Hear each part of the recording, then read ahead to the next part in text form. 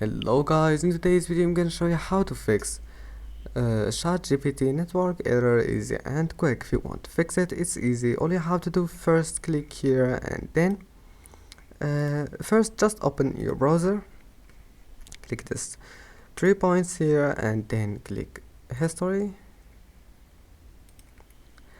and after that click clear browsing data, and then time range, select all time. Now click browsing data, cookies and other sites data, and cached images and files, then clear data,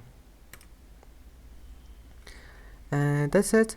Now just try again, and if that doesn't fix your problem, it's easy. All you have to do is just turn off your Wi-Fi and turn it on again, and that's it. If you are using the Ethernet cable, and link the cable and then link it again, and or just try to restart your PC, and that's it. Don't forget to like and subscribe, and see you in the next video.